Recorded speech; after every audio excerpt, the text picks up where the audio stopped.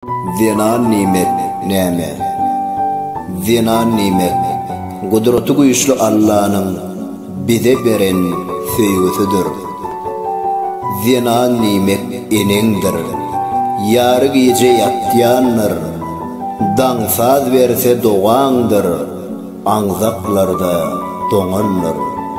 Horzar etmejek bolup, gece gündüz alganlar. Sebäbi ol enengdir.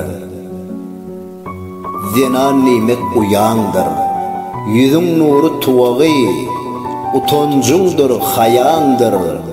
Ýagşy günne begensiň, kyn günüňde söýäňdir.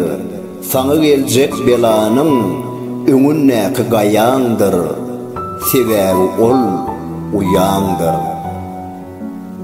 Zina nimet ýaryňdyr. Ömürlük ýan ýollaşyň, baýlygyndyr, baryňdyr. Alowlayan ojagyň, namysyňdyr, aryňdyr. Kyn günüňi deň çekişýän, ýakyn howandaryňdyr.